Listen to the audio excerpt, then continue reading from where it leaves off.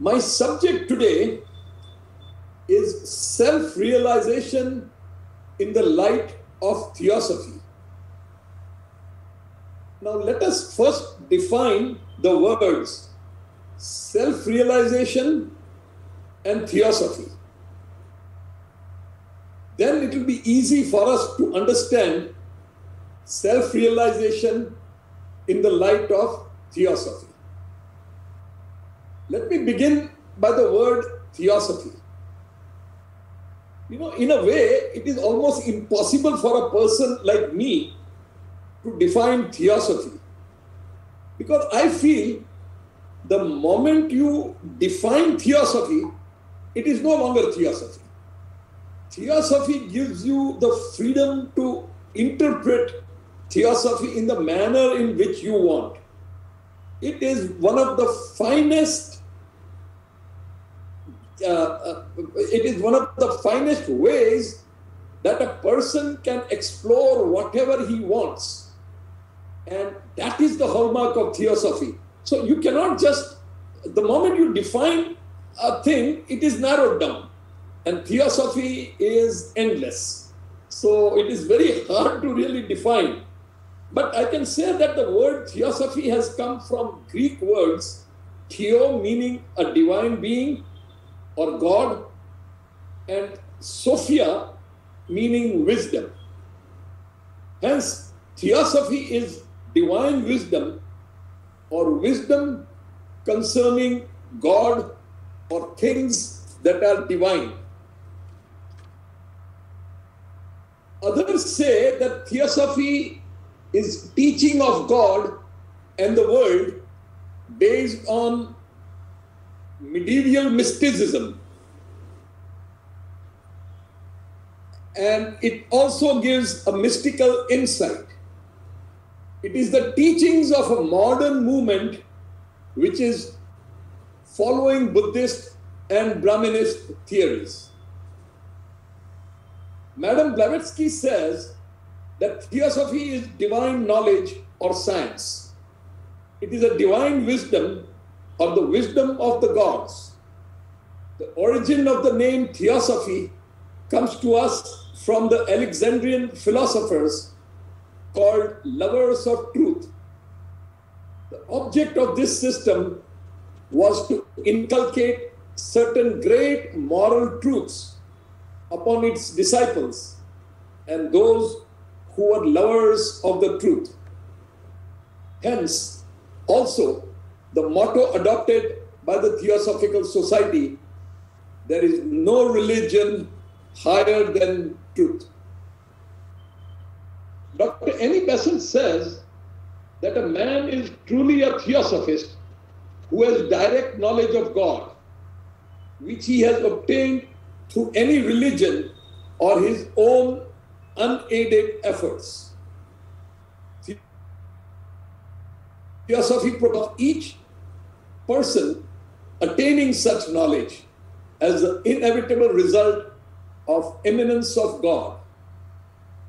Man is a spiritual being, his self or spirit being an emanation from God, just as a ray of light is an emanation from the sun. Hence, to know himself, his deepest self is to know God. He can sink in consciousness into the depths of his own being, beyond the body, the passions, the motions, the mind, the reason. These are all his, but they are not him. He can pass beyond them all and realize himself as separate, and from them, the pure I, the pure being, comes out. Out of this experience, repeated from everyone who becomes a knower of God or a theosophist, are built two fundamental truths of theosophy. The first is the immanence and transcendence of God. And the second is the solidarity or brotherhood of all living beings. The realization of the first truth, man's identity of nature with God, as a fact in consciousness, and the subsequent realization of the second truth, his identity of nature with all around him, by a blending of his self with their self, a conscious dwelling in their forms as his own. These sum up Theosophy in its fullest and deepest sense. The man who has thus reached self-realization in God and in all beings is a Theosophist. Those who deliberately aim at such self-realization are also called Theosophists. Theosophy, or ancient wisdom, is the accumulated wisdom of the ages. It is the core of the teachings of all the great religions of the past. Each one contains an aspect of Theosophy.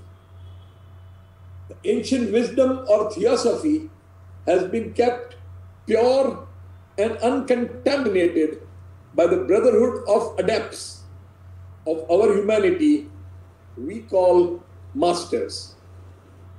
For many generations, these adepts spent centuries studying, checking, and verifying these teachings and keeping them secret from the world until humanity became ready to receive them. When the Theosophical Society was founded in 1875, those teachings were revealed for the first time to the world through the writings of Madame H.P. Blavatsky and her teachers. All books written on Theosophy by later theosophical writers are only their own interpretation of the teachings. They are not the original teachings. What are we supposed to do with the teachings of Theosophy? If we accept this definition of Theosophy, which is the same definition contained in the teachings themselves, then we have to accept the same method of learning and verification used by the adepts. It means that we are supposed to check and verify those teachings before we accept them as true. This point of the need for verification shows the uniqueness of Theosophy when compared to regular religious teaching that usually demands blind faith from its followers. Theosophy expects from the student a corroboration of the truth in the teaching. The student is not to believe in them by exercising blind faith. We now look at what is Theosophy. And so let us look at the other part of our subject, self-realization. As per dictionary, self-realization is the fulfillment of one's potential or abilities. It is the act of achieving the full development of one's abilities and talent. For the Hindu religion, self-realization is knowledge of the true self beyond both delusion and identification with material phenomena. It refers to self-identification and not ego identification. In Shaivism, the oldest sect of Hinduism, self-realization is the direct knowing of the self, God, Parashiva. Self-realization is considered the ultimate spiritual attainment. Self-realization is considered the gateway to moksha, liberation from rebirth.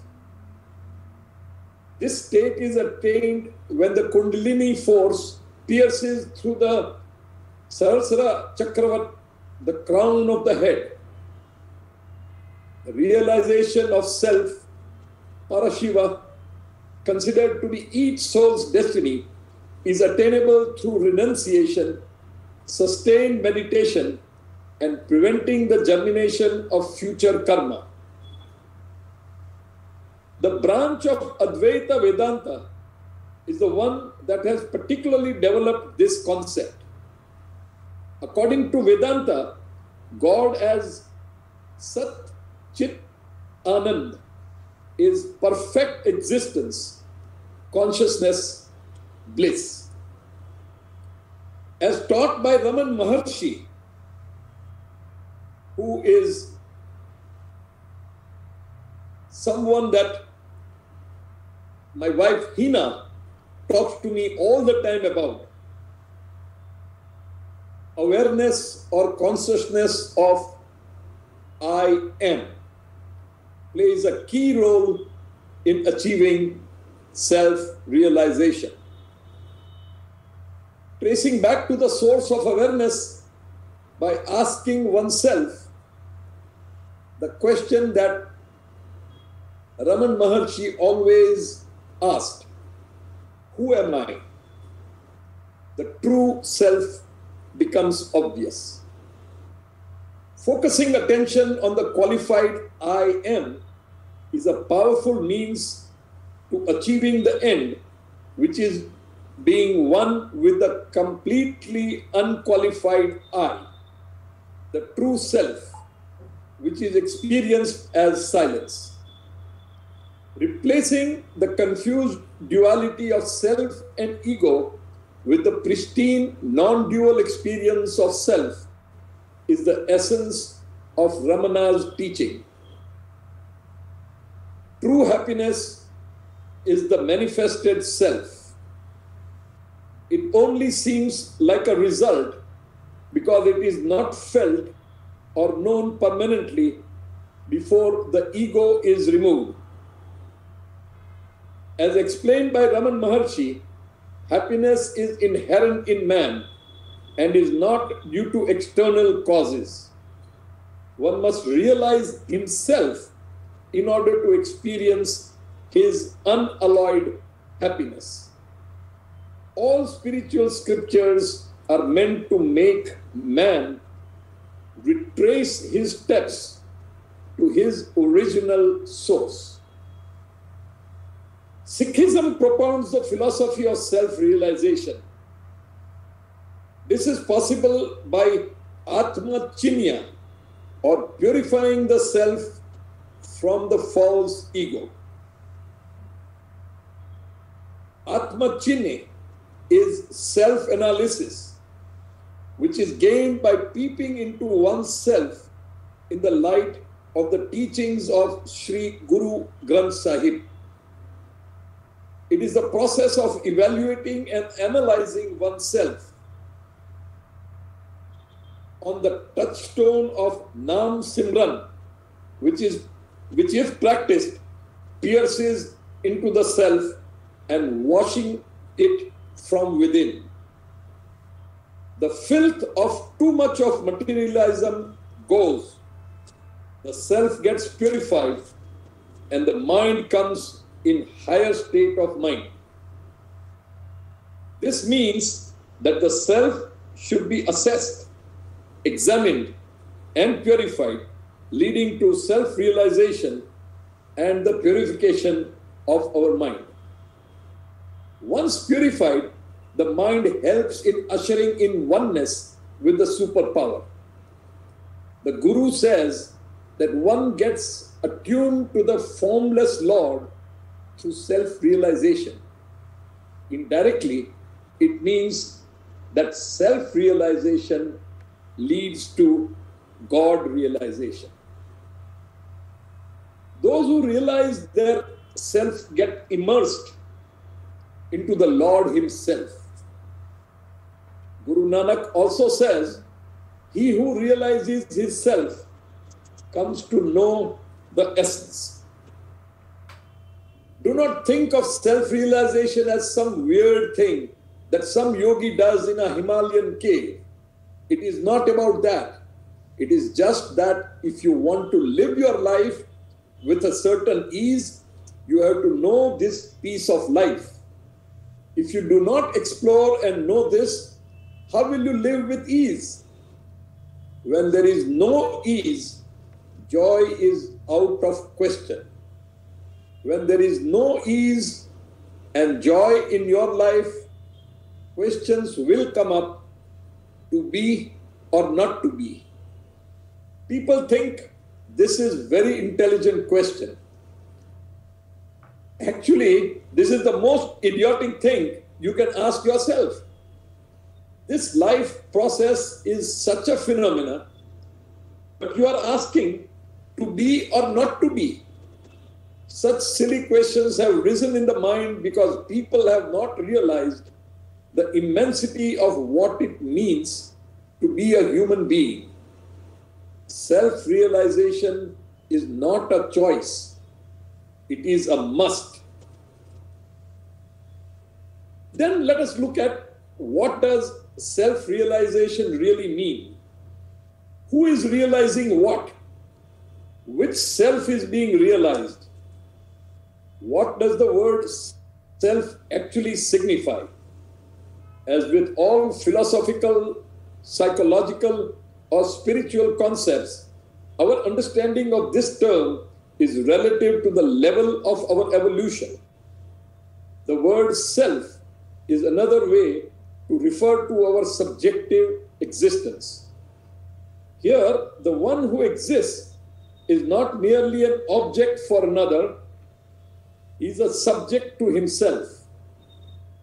So the word self, while used in various contexts, essentially refers to our sense of identity.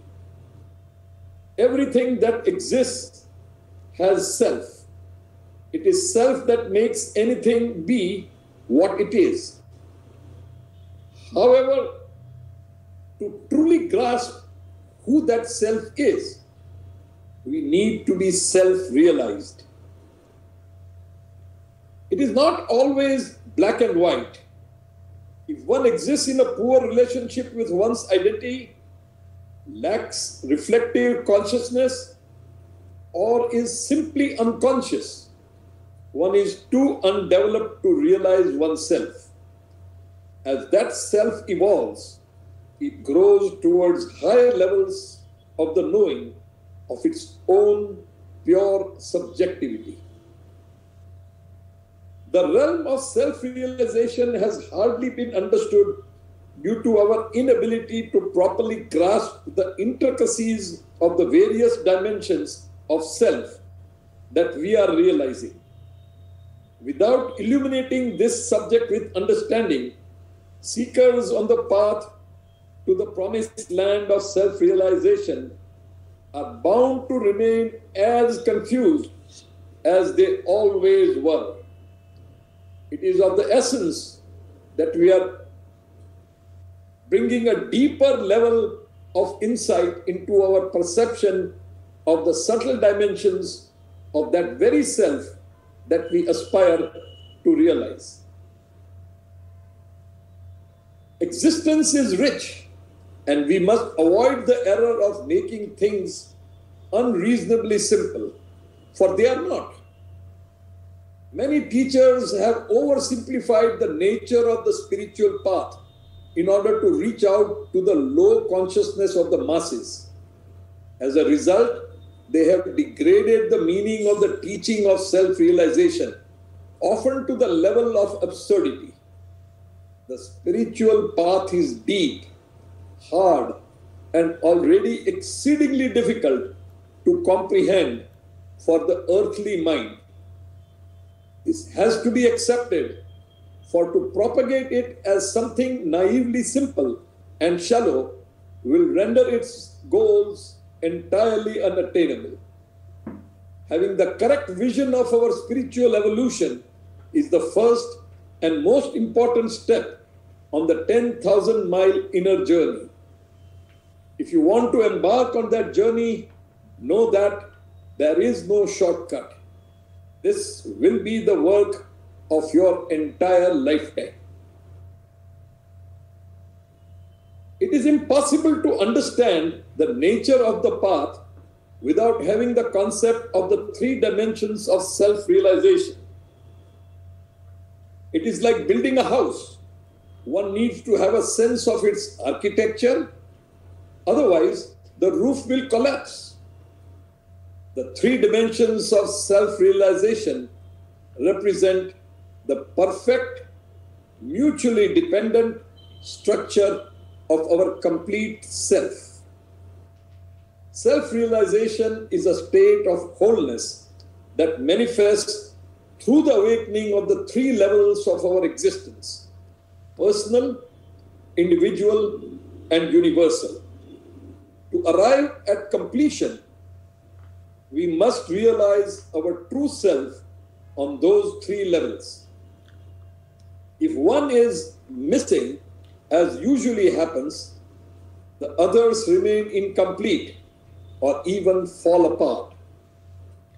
Let us look at each of these three dimensions because that is very important. The universal dimension of self-realization refers to arriving at the state of unity with the beyond, transcendence, merging with the source of existence. That is the ultimate goal of Theosophy. The individual dimension of self-realization refers to the awakening of our higher individuality, our soul. And finally, the personal dimension of self-realization refers to our awakening on the level of me, self-realizing me, arriving at the state of pure subjectivity within the consciousness of me alone. We have described here a model of self-realization that begins from the universal and descends into the personal, but our evolution actually ascends from the personal to the universal, where individual self-realization is bridging the two in both directions. These three aspects of our evolution are absolutely interdependent and mutually supportive.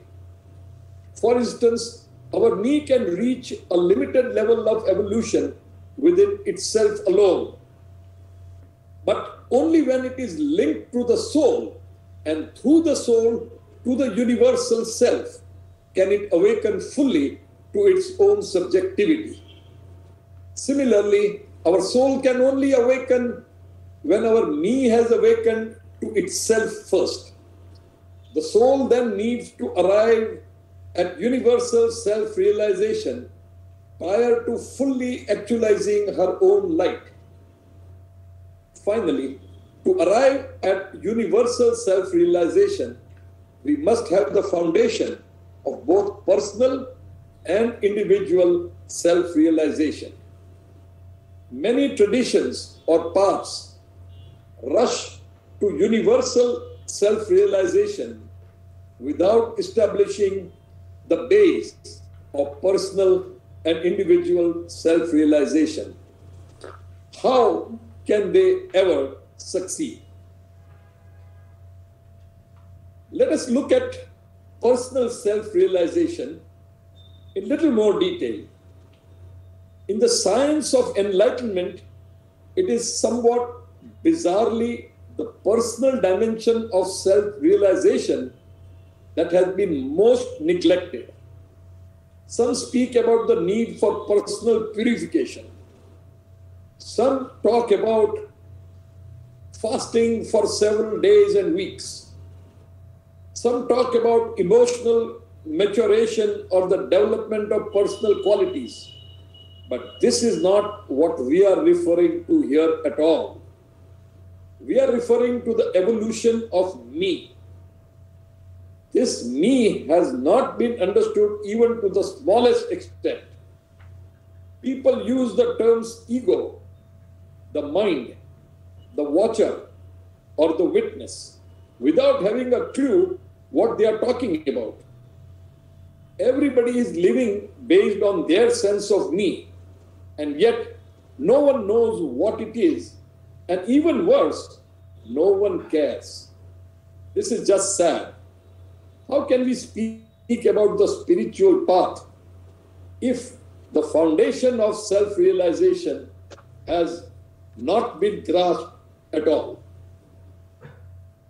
Now let us look at individual self-realization. For the soul to come into being, to self-realize, the light of I am has to enter our existence. One cannot produce this through practice. One can only mature towards it. And this is very important for us to understand, because very often we take a course in self-realization and think that by practicing that for the rest of my life, we will be able to produce it. That is not true at all. You have got to mature towards it. Only grace can instill the energy of I am into the construct of our personal self. In most cases, it is a function of initiation from a spiritual guide. A guide is someone who has the key to unlock this door, to create the bridge, to allow this quantum leap to happen from me into I am. I am is the link, but this link is not enough to awaken our soul. Our me must surrender and merge into it. Individual self-realization is a function of fusing me with I am. We must bear in mind that the I am here is not universal consciousness itself, but rather a portion of that universal energy that is transferred into our internal reality to serve as a foundation for the birth of our soul. The soul is a meeting of the personal and impersonal dimensions of our existence. I am is her impersonal aspect. For that, I am to become the soul. It has to absorb and integrate the consciousness of me into itself. The event of our soul is difficult for the linear mind to grasp. Who becomes the soul? I am is not the soul, and me is not the soul. And yet, someone becomes the soul. The miracle of soul awakening is the event of me graduating from the dimension of me into the dimension of I am. It is me that becomes the soul through its own surrender to I am. The bridge between me and I am is pure me. Pure me shares the qualities of both me and I am, the personal and impersonal. However, it is not enough for me to surrender into I am in order for the soul to awaken. There has to be a meeting between me and I am, a meeting of love and consciousness, not just an energetic fusion, not just taking a goal and trying to achieve it. There has to be recognition and understanding, the event of becoming our deeper self. Here to become means to embody the light of I am through the consciousness of pure me. The soul is who we are on a deeper level than me. However, to realize our soul does not necessarily mean that we have to cease to exist as me. Even though the essence of our me has merged into the soul, it continues to exist in its own dimension as well, but this time without forming a separate identity. It becomes a pure expression of the soul. Me is the outward face of the soul, her window into creation, her living, active principle. Me is the axis of the soul's existence and the soul's intelligence, her luminosity. The soul needs me as much as me needs her. They are bound together in a sacred duality that constitutes the dynamics of being our higher self. Only then is it pure and do we realize its divinity. In its purity, me is an immaculate reflection of the light of creation. That is why it is allowed to merge into I am and give birth to our soul. Now let us look at the universal realization. Our soul lives in another dimension. She is on the earth through her human identity, but internally she dwells in the inner realm. Her roots are in the beyond. However, for the soul to fully realize herself, she needs to merge with the universal reality. The fact that one awakens the soul does not mean that she is immediately complete and whole.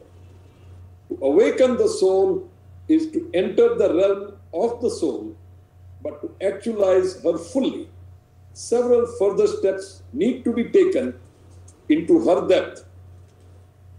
Firstly, the soul has to awaken through all her centers: consciousness, heart, and being.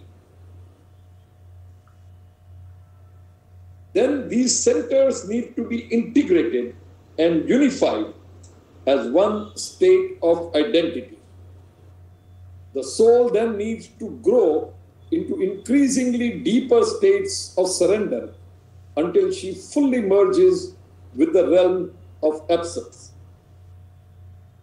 Becoming one with the source of creation is what will ultimately happen. By merging with the inner realm, the soul transcends the dimension of presence. This is the meaning of universal self-realization. Then let us also look at self-realization through love. There are several alternative paths which may be trodden in order to achieve union with God, or what is generally referred to as self-realization. And Theosophy always tells that it does not matter which path you take, as long as you ultimately reach the goal of self-realization. The path of devotion or love, which is called Bhakti Marg in Sanskrit, is considered generally as an alternative to the path of knowledge called Jnana Marg, which is dealt with in the Yoga Sutra of Patanjali.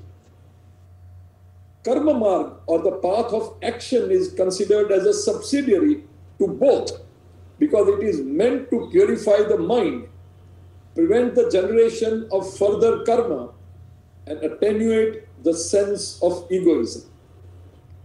It provides the necessary self-discipline for bringing the mind into a condition fit for the practice of yoga by any method.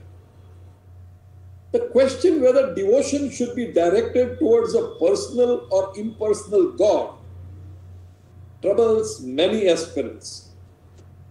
Whether we direct our devotion towards a personal God in the form of a symbolic representation of some of his attributes, or an incarnation in a human form, or we worship him in his impersonal aspect, it does not matter.